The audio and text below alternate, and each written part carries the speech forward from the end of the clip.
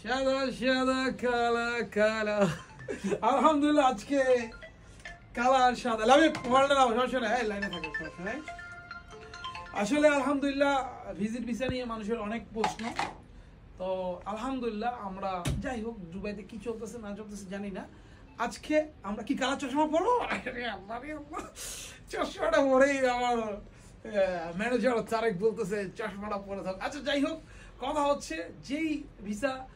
হচ্ছে না কেন আলহামদুলিল্লাহ আপনাদেরকে আপডেট দিচ্ছি আমরা ভিজিট ভিসা আমরা বাই করে দিতে পারবো মাত্র 3 থেকে 5 দিনের মধ্যে 3 থেকে 5 দিনের মধ্যে আমরা ভিজিট ভিসা বাই করে দিতে পারবো কেউ যদি বলেন ভিসার পরে আমরা টাকা দেবো আগে কোনো টাকা দিবে না ভিজিট ভিসার জন্য সেই ক্ষেত্রে রেটটা একটু বেশি হবে ঠিক আছে আমরা ইনভেস্ট করে ভিসা বাই করবো ঠিক আছে রেট প্রচুর হাই চলতেছে কিন্তু কারো যদি এমার্জেন্সি